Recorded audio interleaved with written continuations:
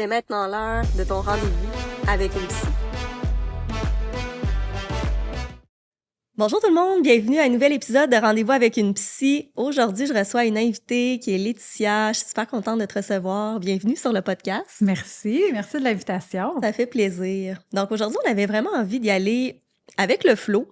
On avait vraiment envie, je vais te laisser te présenter juste avant parce que Laetitia, en fait, elle est entrepreneur comme moi, en ligne, mais elle travaille avec une clientèle un peu plus dans la parentalité bienveillante, l'accompagnement en ligne. Et on avait envie de vous parler un petit peu de justement l'équilibre et les déséquilibres qu'on peut vivre en tant que, parce que tu es maman aussi de 2 enfants, moi je suis maman de 3 enfants, entrepreneur en ligne également, dans l'accompagnement. Donc, je pense qu'on a plusieurs chapeaux et on accompagne des femmes, des mamans aussi qui vont évidemment vivre des déséquilibres au niveau de leur vie professionnelle, dans leur vie personnelle aussi, dans leur parentalité. Et on avait vraiment envie de venir démystifier ça, de venir déculpabiliser aussi les mamans, parler des réussites, mais aussi des défis du quotidien, parce que c'est jamais une longue ligne droite. Je pense que ça vient avec du mouvement, des vagues, et c'est important qu'on se le rappelle. Donc, bienvenue. Alors, je te laisse un petit peu me parler de toi. Donc, Laetitia Adam, je suis coach familiale, hypnologue. À la base, moi, j'ai été une éducatrice en enfance pendant près de 20 ans. J'ai adoré mon métier. Moi, je le nomme toujours parce que je suis enseignante aussi à l'AESA en éducation à l'enfance aujourd'hui. Donc, coach familiale, hypnologue, éducatrice, enseignante, formatrice, conférencière, chroniqueuse au 107.5 Rouge. J'ai vraiment beaucoup de chapeaux. Ouais. Mais j'aime dire que je suis une grande passionnée des enfants, des familles.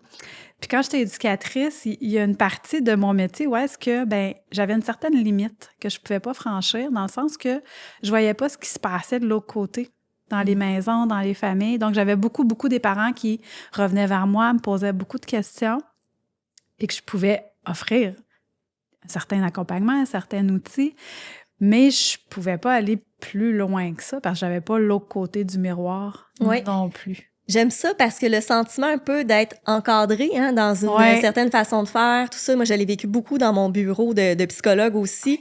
Et j'avais un goût de transmettre, d'enseigner, de vraiment amener ma mission, ma vision à plus grande échelle pour faire profiter aussi les gens. Mais c'était vraiment ça mon moteur aussi, de sortir des 4 murs, des limitations pour pouvoir transmettre à plus grand niveau. Oui, c'est ça. Puis je pense que c'est une belle motivation intrinsèque qui peut nous pousser à accomplir, à aller vers nos désirs, nos rêves et se permettre d'évoluer en tant qu'humaine.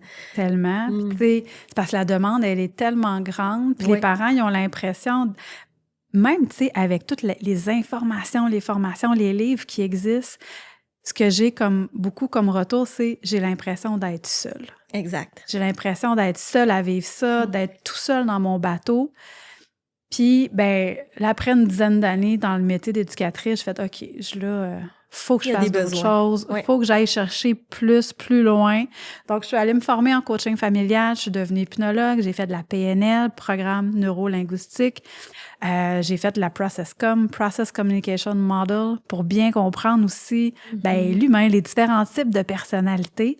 Donc, je me suis formée en neurosciences, en gestion des émotions, l'anxiété, toutes les positions. Bon, bref, j'ai beaucoup de bagages derrière moi, mais tout ça pour m'amener à travailler avec les êtres humains, puis leur montrer qu'il n'y a pas juste une méthode, il n'y a pas juste une façon de faire, puis d'apprendre à se découvrir tel qu'on est en tant que personne, se ressourcer en tant que soi, puis je nomme souvent, tu sais, mettre son masque à oxygène en tant que maman, en tant qu'humaine, en tant que personne, parce que par la suite, ce qu'on dégage, ce qu'on est, on le fait basculer chez nos enfants sans même s'en rendre compte.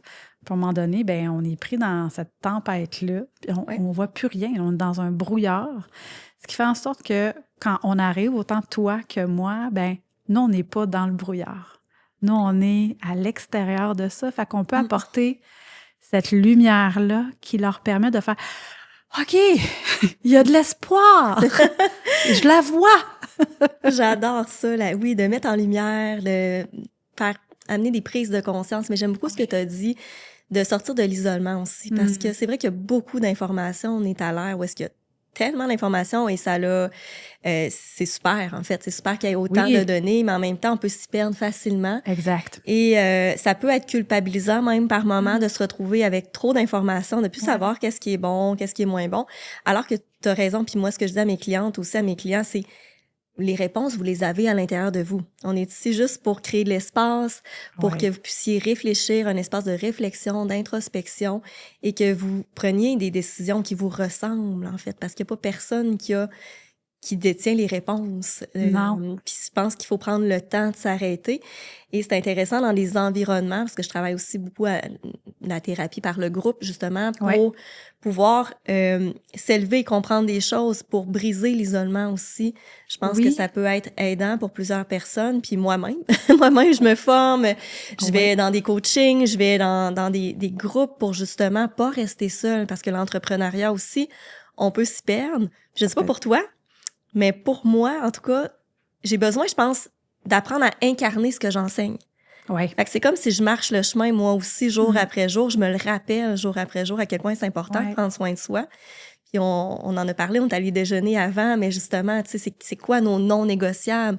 Qu'est-ce qui est réellement important pour soi qui nous permettent de rester en santé, en équilibre, selon nos différents stades de vie, selon nos saisons de vie aussi, parce qu'il y a des moments où est-ce que on a la fougue, on veut aller vers nos objectifs, on veut accomplir des choses. Puis à d'autres moments, c'est plus tranquille, on a besoin de ressourcement, de se retrouver, d'introspection, d'aller voir en profondeur des choses pour mieux se comprendre. Fait que je pense que c'est important aussi de s'écouter à ces différents cycles-là, ces différents niveaux-là, parce que, encore une fois, c'est pas une ligne droite. C'est pas une ligne droite. Ah, non. Non, puis tu sais, je pense qu'il faut d'abord et avant tout apprendre à se connaître, à se reconnaître aussi, puis à reconnaître les différentes étapes qu'on va passer au courant de notre vie, puis prendre des informations de ça. Tu sais, si je prends pour ma part toutes les informations du passé qui m'ont amené à construire la Laetitia que je suis aujourd'hui, mais c'est vraiment pas la même Laetitia que quand j'avais 5 ans, là. Donc, tu sais, je te nommais que j'avais perdu mon petit frère. Mais pour moi, mon frère, c'est lui qui... Ça a été mon déclic pour faire « OK, moi, c'est ça que je veux faire dans la vie. Je veux travailler avec les enfants, je veux être avec eux. » Dans ma petite tête de 5 ans, c'était... Moi, je veux pas qu'un autre enfant vive ce que je vis. C'est beau. Puis quand ma mère m'avait demandé à 6 ans, j'avais dit, moi, je veux plus aller à l'école. C'est pas fait pour moi, j'ai pas besoin de ça. Moi, je sais ce que je veux faire dans la vie. Ma mère m'avait dit, ça te prendrait peut-être un diplôme de secondaire 5. Mais elle dit, après, tu sais, t'en feras ce que tu voudras. T'es pas obligé d'aller plus loin dans des hautes études. Puis j'avais fait, bon, je vais le faire. J'imagine que j'ai dû dire quelque chose comme, je vais le faire pour te faire plaisir. Mais ça l'a quand même teinté mon parcours, ça, puis de voir les défis, les difficultés, puis malgré les défis, les difficultés, de garder notre essence, puis de la découvrir, cette essence-là qui nous est propre. Exactement. Qu'est-ce qui nous fait vibrer? Puis moi, dans ma tête, mon non négociable, c'était « je veux pas laisser personne me dire ce que je peux ou ce que je ne peux pas faire. » J'adore. Ça m'a tellement... Puis tu sais, je te l'ai conté, mais avec la directrice que j'avais qui m'avait dit, tu sais, tu fais une erreur de démissionner de ton poste 4 jours, temps plein, tu sais, t'as un fonds de pension. Ouais, mais moi, j'aspire à plus. Moi, je veux plus. Je veux aider à plus grande échelle. Je sais que j'en suis capable. Oui. J'avais dit, parfait, moi, dans 5 ans, je serai plus ici. 5 ans plus tard, mon entreprise était sur pied. Oui. Est-ce que ça a été facile? Je me revois avec ma fille, là, qui a 5 ans à l'époque, aller cogner au CPE là, dans ma journée de congé pour dire bonjour, je me présente, Laetitia Adam, coach familial, j'aide les familles. Et, tu sais, faire des heures incalculables au départ, écrire des textes pendant mes pauses. Tu sais, c'est pas un chemin tranquille. Non, exactement. Mais il y a quelque chose qui ressort dans ce que tu dis, c'est d'arriver à connecter avec son essence. Puis ça, c'est pas toujours facile. Des fois, on le sait, hein, quand on a une intuition ou quelque chose qui est tellement fort à l'intérieur de soi que, OK, un peu comme quand tu avais 5 ans, moi, je m'en vais vers là.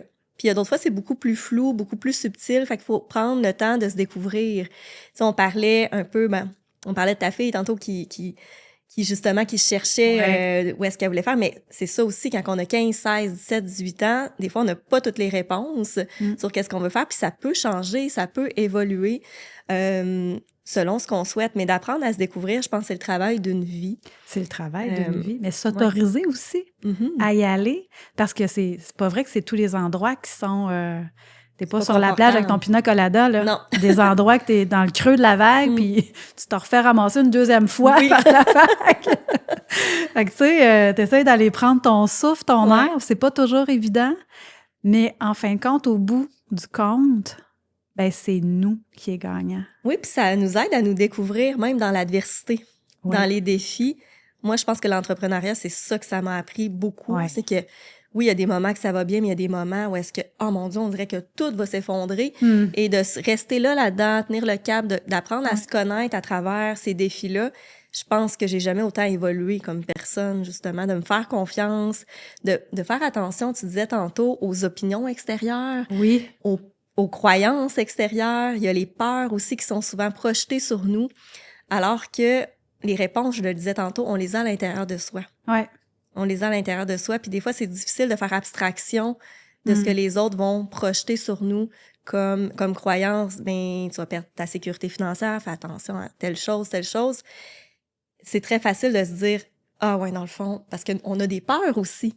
Oui. Il y a des peurs. Il n'y a pas juste l'intuition, là. Ces croyances puis ces peurs-là qui nous sont projetées, c'est parce que ça vient de nous atteindre, parce que c'est des personnes souvent très proches dans notre entourage. Conjoints, amis, fait que c'est sûr que ça vient nous brasser, nous shaker. Fait, ils ont peut-être raison, tu sais. Les autres, ils me voient y aller de l'extérieur. Je suis vraiment faite pour ça? Je vais-tu vraiment y arriver? Puis je pense pour ça, moi, mon entourage, je les shakais souvent, puis j'absorbais leur peur. Puis je me disais non. Mais ça venait quand même me faire de la peine à l'intérieur de moi, parce que ma petite voix à l'intérieur qui criait encore plus fort, « Hey! Non, vas-y, t'es capable. » Ben oui, mais là, hey, puis là, tu n'y arrives pas, puis... Non. J'ai décidé d'y aller quand même, mais c'est un autre travail sur moi que j'ai fait, par exemple. Ah, tout à fait. Ben oui. Parce qu'encore aujourd'hui, les gens vont projeter leur peur, puis ils font pas ça, tu sais... ils font pas ça méchamment ou parce qu'ils nous veulent du mal. C'est juste qu'ils ont des peurs, ils ont des propres croyances qui, ben, basculent sur nous parce qu'ils veulent notre bien, mais en même temps, ça leur appartient, ces peurs-là. Puis on a aussi nos propres croyances, parce que des croyances, tu sais, c'est pas des faits, c'est vraiment quelque chose qu'on a... c'est très subjectif.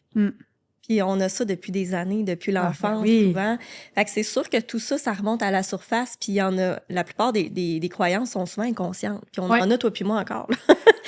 Mais, puis des fois, elles sont conscientes, des fois, elles le sont moins. Puis des fois, oups, c'est ça qui dirige un peu notre réalité ou nos choix, sans même qu'on s'en rende nécessairement compte. Fait que c'est pour ça que c'est intéressant de garder de l'espace pour s'auto-observer, puis de venir un petit peu les voir, ces croyances-là. Qu'est-ce qui m'empêche? Qu'est-ce qui me bloque en ce moment? Pourquoi je suis en train de stagner en ce moment? C'est des questions que j'aime me poser. Pour aller revisiter certaines choses qui ont tendance à revenir sans même que je m'en rende compte. Puis des fois, ben on peut s'auto-saboter sans le savoir.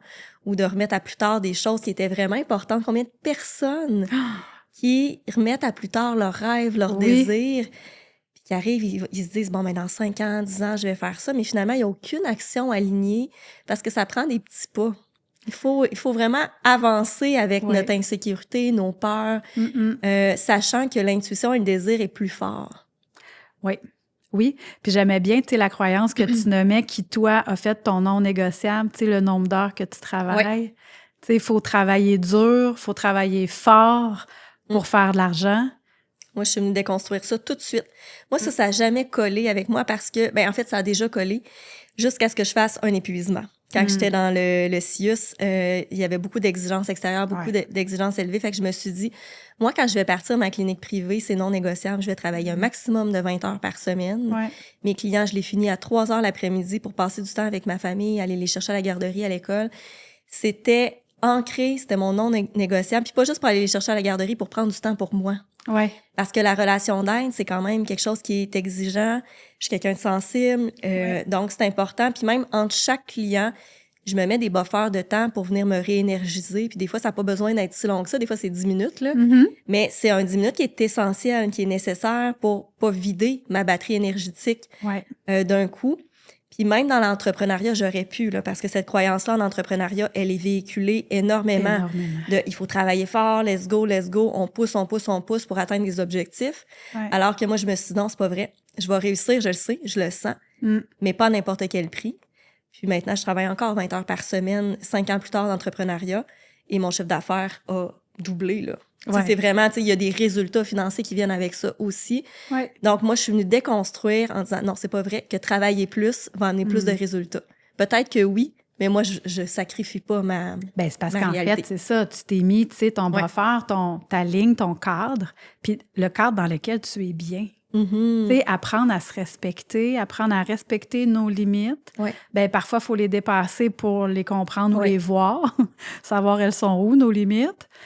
Mais le but, c'est d'en retirer un apprentissage, puis ensuite, ben de le savoir. Puis, ce que j'aime beaucoup aussi, c'est dans l'entrepreneuriat, puis c'est vrai que c'est pas fait pour tout le monde. Il y en a qui sont bien dans leur petit train-train quotidien du 8 à 5 ou du 8 à 4, ou tu sais, peu importe, puis c'est correct. Ben oui, tellement. Tu sais. Mais quand tu sens qu'à l'intérieur de toi, il y a réellement, tu sais, quelque chose qui brûle, qui vibre, que tu fais « Hey, attends, là, moi, j'ai envie de plus », bien après, c'est de t'exposer. Qu'est-ce que tu souhaites? C'est quoi ta mission? C'est quoi ta passion? Oui, puis des fois, ça pourrait être juste de se permettre de ralentir. Puis des fois, ça pourrait être d'aller faire du bénévolat. Des fois, ça pourrait être de s'inscrire. J'ai des clientes qui se sont inscrites à des cours de chant parce que c'est ce qui trippait quand elles étaient petites pour redécouvrir leur essence, leur énergie. Fait que des fois, ça n'a pas besoin d'être si gros que ça, mais c'est de juste l'assumer.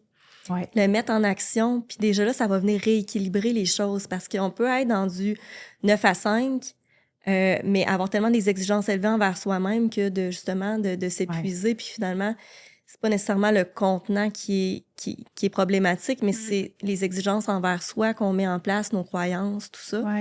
La non-permission d'être dans le plaisir, d'être dans des choses qui nous font réellement du bien.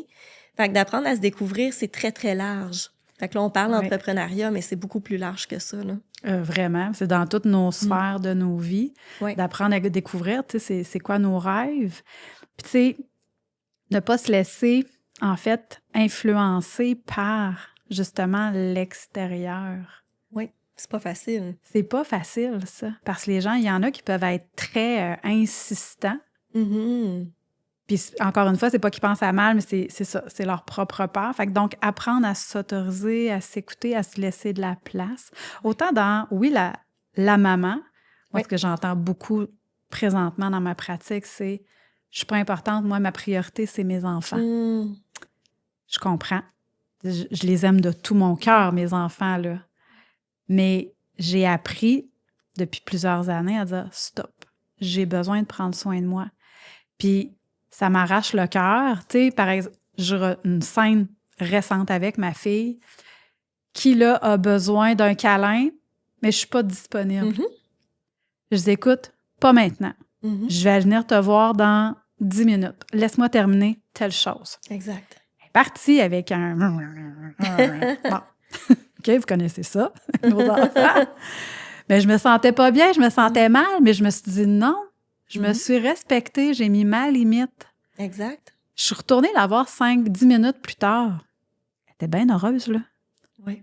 J'y ai laissé sa réaction. Elle lui appartient. Elle a le droit de bougonner puis de faire « Ouais, mais moi, j'en voulais un là. Ouais, mais là, maman n'est pas disponible là. » Fait que je me suis respectée, je me suis écoutée, mais d'apprendre ça aussi. Ah, mais les limites, c'est tellement un apprentissage pour beaucoup, beaucoup de gens.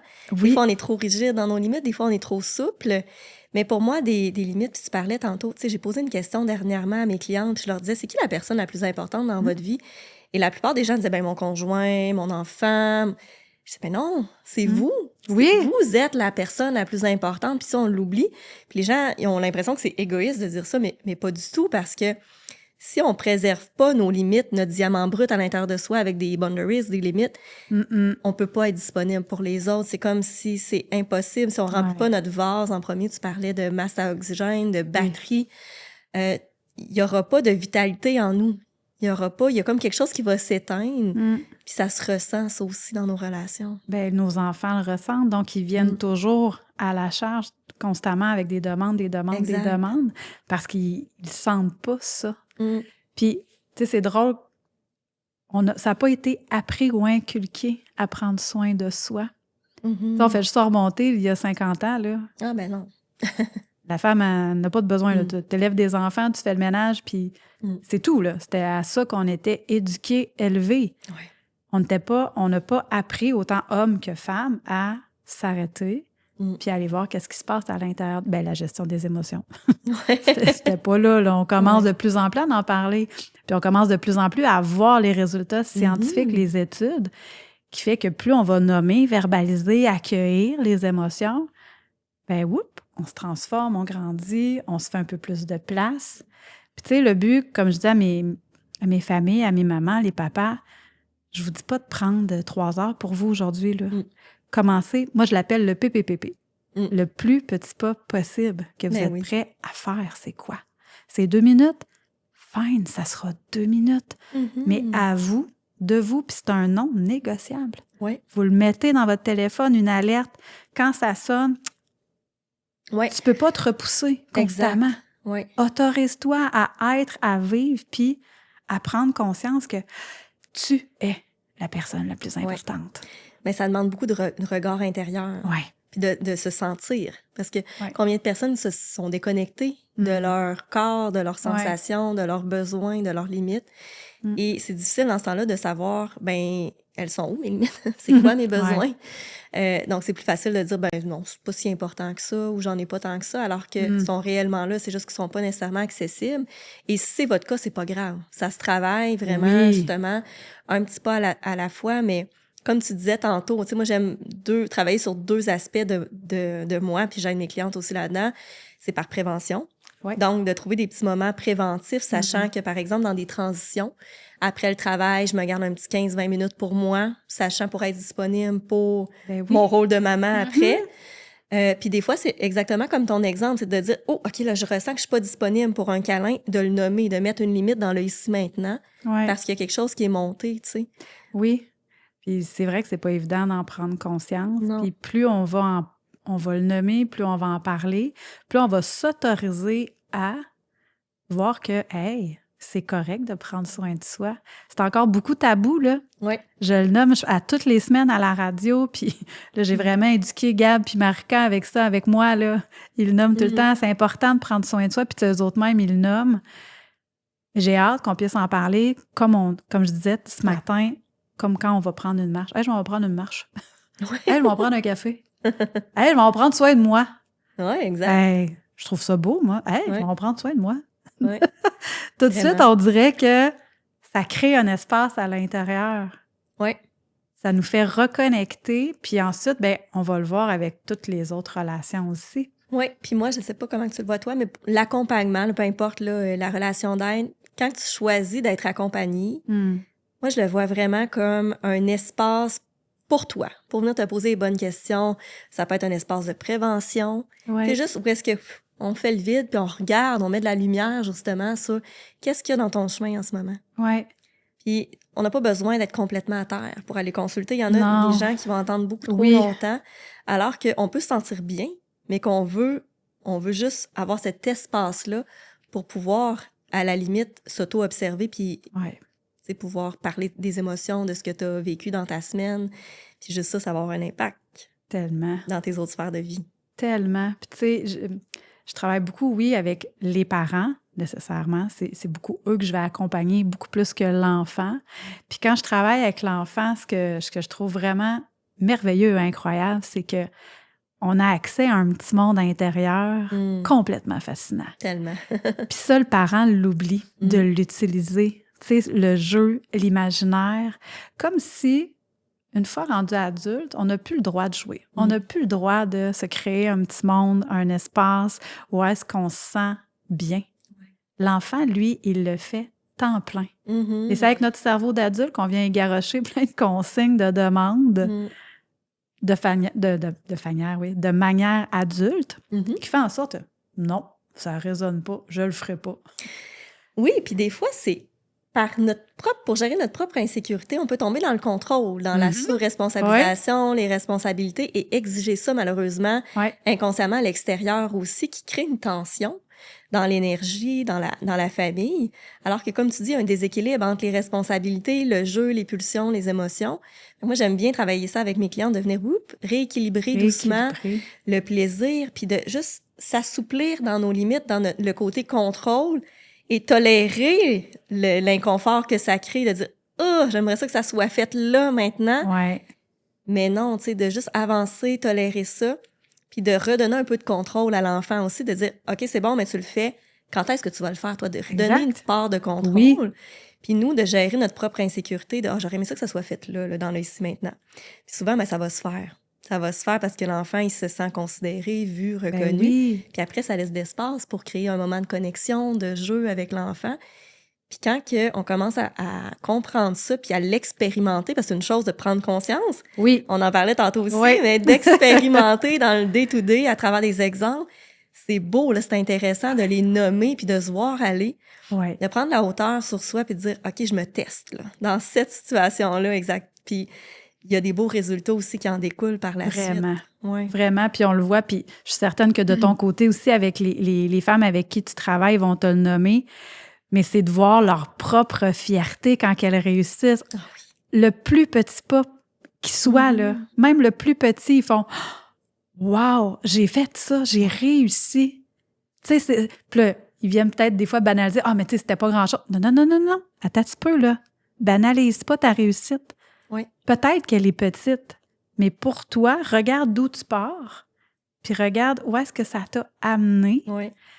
Moi, c'est de voir, c'est ça. Autant dans les yeux des parents que des enfants, cet émerveillement-là, cette fierté de l'avoir fait.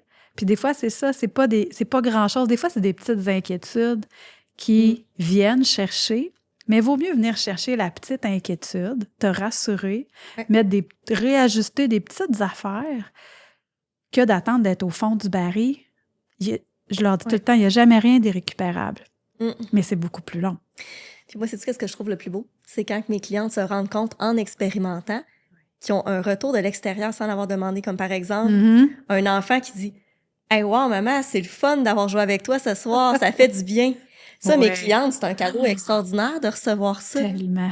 Fait que des fois, c'est même de l'extérieur, sans même qu'on s'en rende compte, qu'ils vont dire « Ah, mais il me semble que c'est... Tu sais, dans l'énergie, il y a quelque chose aussi qui se passe. » Ben oui. Fait que c'est des transformations, c'est du travail intérieur, de l'expérimentation, mais qui amène vraiment un beau retour aussi au niveau de la famille. Vraiment. Puis c'est ça, ça vient jouer sur toutes les sphères. Oui, au travail. Ton quotidien. Ben oui, parce que du moment que tu apprends à te découvrir, t'autoriser à prendre soin de toi, ben nécessairement, tu grandis puis tu te transformes. Puis ça vient semer des petites pépites d'or partout autour de toi, là. Puis aussi, là, ce que je trouve, c'est que le travail sur soi, ça vient... Parce que des fois, on a l'impression, voyons, c'est dur, il y a des grosses émotions qui sortent, puis là, on est comme, c'est difficile le travail sur soi, mais ça montre la vitalité épouvantable. Une fois que tu as réussi à, premièrement, ressortir ces émotions-là, faire des liens, nommer, mettre en conscience et expérimenter et avoir des résultats positifs, la vitalité augmente. Ben oui, parce que tu veux recommencer. Ton cerveau, il fait wow, j'en vais encore, là! Je vais y retourner. Oui, puis c'est moins lourd, parce que des fois, on porte des roches dans notre sac à dos sans même s'en rendre compte. T'en enlèves, puis t'en enlèves, puis t'en enlèves. La vie devient plus légère, plus facilitante aussi. Puis tu sais, j'aime aussi dire, c'est correct que tu mettes un genou à terre et dire, hey. Ben oui. Là, je prends un break. Je peux exact. plus. Je peux plus. On en parlait ça aussi tantôt, ça nous arrive tous. Toutes. Des fois, j'ai eu une fin de semaine. Ouf, OK, c'était plus difficile en fin de semaine, c'était plus challengeant. Oui. Moi, je me rends compte que de le nommer à haute voix. Oui, tellement. On dirait que ça vient d'enlever, tu sais, la grosse roche, comme si je l'avais déposée, je l'avais mis de côté, puis je fais... Tellement. Il me semble que je le fais pas assez souvent, que je m'autorise pas à le faire assez souvent, ou quand je le nomme à mon conjoint. Tu sais, des fois, c'est par peur d'une réaction ou de, je sais pas, d'un retour que j'ai pas envie d'entendre. Puis finalement, à chaque fois que j'ose... C'est libérateur. Je fais... Puis j'y ai nommé l'autre jour. Tu sais, des fois, je m'empêche de te nommer tout ce qui se passe dans ma tête. Mais à toutes les fois que je le fais, mon Dieu que c'est libérateur. Exact. Il dit continue. Ah ouais, je sais, faut que je me conditionne, ça a l'air. Ouais. Donc, tu sais, peu importe ce qu'on est rendu dans notre parcours, on a tout. Ben oui. Des fois, c'est juste de nommer, hey, là, j'ai peur. Là, ça va pas bien, là, je me sens pas bien, je suis stressée. Parfait, c'est dit, c'est nommé. Ouais. On garde pas ça pour soi. On est tous des humains, tu sais, on l'oublie des fois. Ouais. Puis des fois, c'est facile de nommer à voix haute comme ça. Puis des fois, c'est plus par l'écriture. Puis là, ça vient chercher. Des fois, c'est une discussion difficile avec quelqu'un, mais qu'après avoir eu cette discussion difficile-là, la libération arrive. Parce qu'il y a de la compréhension mutuelle, il y a comme de l'empathie qui s'installe. Oui. Parce que, dans les non-dits, on appelle ça dans le champ quantique, là, on dégage nos ondes, nos énergies, des émotions, puis ça peut se dégager sur des kilomètres. Là. Mais juste quand tu rentres dans une pièce, puis que papa, maman ou, un des enfants va pas bien, tout de suite, là, on sent que ça pèse dans une pièce. Puis du moment que c'est fait, c'est dit, ou qu'il y a eu des actions, voyons, on a tout changé. Mais non, on a juste comme libéré, on a juste nommé. Ouais. Puis ça vient prendre tout son sens, ça vient changer. Oui. Mais c'est ça. Je pense que d'apprendre. D'accueillir les déséquilibres, d'accueillir les émotions difficiles, mais en même temps de garder foi en ce qui est important pour soi. Puis même, je pense que de créer de l'espace, de faire des prises de conscience, ça peut nous amener à nous projeter aussi dans le futur, de dire, OK, qu'est-ce que j'ai envie, moi, dans les 5 prochaines années? Ouais. Parce que souvent, c'est nos croyances qui dirigent nos choix, nos façons d'être, nos actions. Ouais. Mais c'est quoi ces croyances-là qui sont en train de piloter ta vie? T'sais? Fait que des fois, c'est intéressant de venir voir, OK, il y a peut-être un peu trop de ça que j'aurais envie de laisser aller. Oui. Mais cette croyance-là, elle m'est encore utile, je la garde. Fait que de faire le tri, puis après ça, de dire, OK, moi, où est-ce que je me vois, puis comment je peux me rendre là?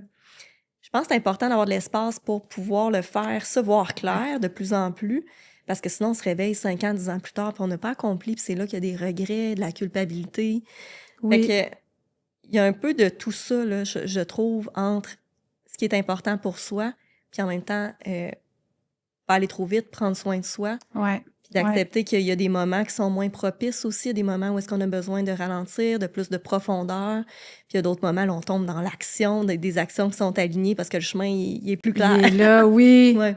On a dépassé le premier palier, là. Ouais. Puis, tu sais, moi, dans mon parcours d'entrepreneuriat, j'ai vraiment, tu sais, gravi étape par étape, tu sais, plusieurs échelons. Ouais. Il y a des échelons qui ont été plus longs que d'autres. Tu sais, moi, mon entreprise, elle est là depuis 2013. Ouais.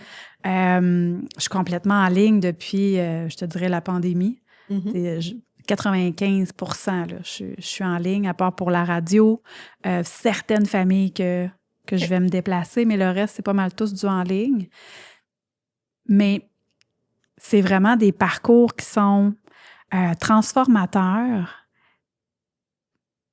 Puis c'est ça. Je pense que c'est de vraiment garder le feu intérieur qu'on a. Ouais. Puis de ne pas se laisser abattre par des peurs. Tu sais, comme là, je suis dans le gros projet de développer mon application web. Ouais. Bien, la peur, présentement, c'est OK, mais là, si je ne trouve pas les fonds suffisants, parce qu'on parle de millions de dollars, là, okay, pour, tu sais, tout développer à bien, c'est quand même beaucoup de sous.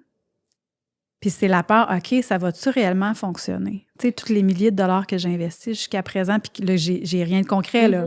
Tu sais, tout est dans, on construit. Ouais. Bon, il n'y a rien de matérialisable pour le moment, ça s'en vient, mais... Fait que la peur reste toujours quand même là, mais le désir et la passion, il est tellement plus grand que moi, dans ma tête, je la vois déjà, l'application. Exact. Je sais exactement à quoi elle va ressembler. Fait que, tu sais, c'est de mettre... Tu sais, là, je construis des images. Là, je construis... j'ai développé une formation en ligne avec les parents, une formation en présentiel, un livre. Donc, tu sais, je mets des petits pas qui, éventuellement, va me mener à mon pas final. Exact. Qui est l'application. Fait que c'est de construire, comme tu disais, petite action par petite action qui, éventuellement, nous mène à l'objectif final. Oui, s'autoriser à rêver grand aussi. Oui, c'est correct. Parce qu'il y a beaucoup de peur, des fois, c'est comme, OK, si ça marche pas, mais si ça marche. Ben oui, si ça marche. Il peut y avoir plein de peurs inconscientes. Moi, j'avais peur de ça. OK, si ça marche trop, vais-tu me réépuiser? Tu sais, fait qu'il y a des croyances aussi. Il y en a toutes sortes de croyances. Vraiment. Qui peuvent se mettre en chemin à travers notre route qui nous empêchent d'aller où est-ce qu'on va aller. Mais je pense que, en tout cas, en gros, là, ce qui ressort aujourd'hui, c'est beaucoup de s'autoriser à croire en soi. Ouais. Puis d'aller voir ses parts d'ombre aussi, parce que ça peut juste nous propulser Tellement. à une meilleure version de soi. Parce que des fois, on se dit combien de personnes que je suis pas la maman que j'aimerais être en ce moment. Ouais.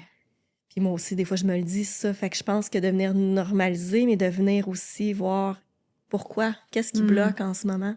Exact. Qu'est-ce qui fait partie de ton histoire, là, qui est à travers ta route en ce moment, qui t'empêche d'être la maman que tu souhaiterais être, par exemple. Oui, vraiment. Puis de ne pas avoir peur d'aller chercher une personne à l'extérieur aussi. Ouais.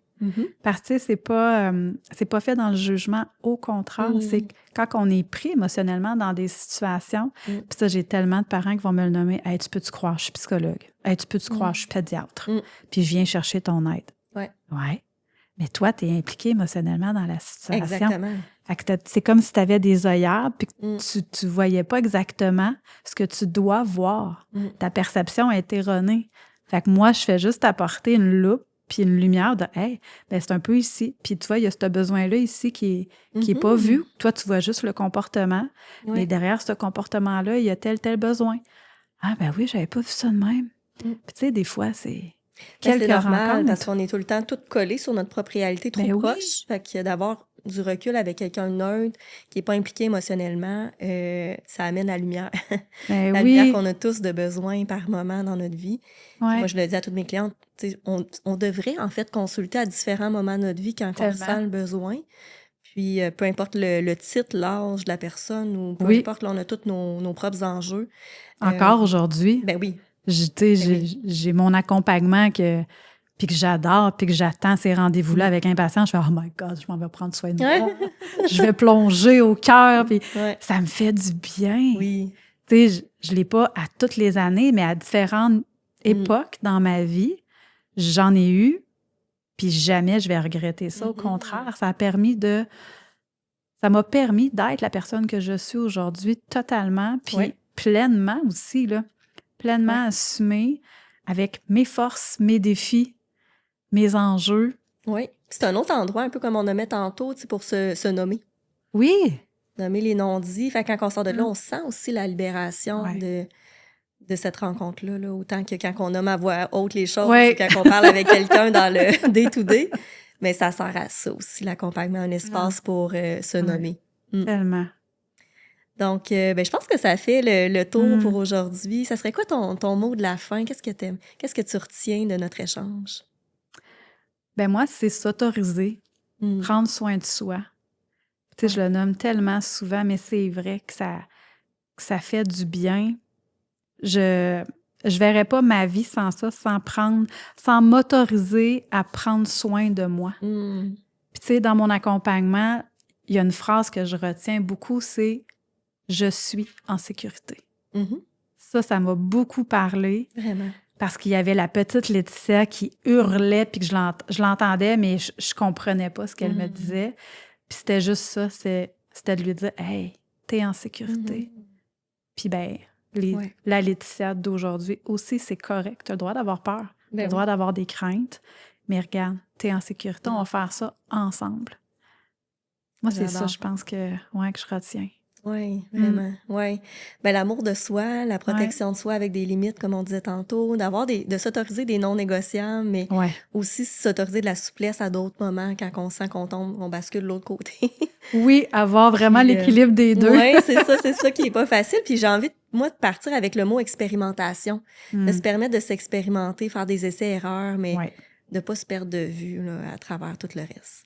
Oui, avec toute la bienveillance. S'accorder cette bienveillance-là. Oui. On a le droit de se tromper, se féliciter dans nos réussites, parce qu'on a le droit aussi d'être fiers de nos réussites. Merci. Merci à toi. Merci. Bye tout le monde. Merci.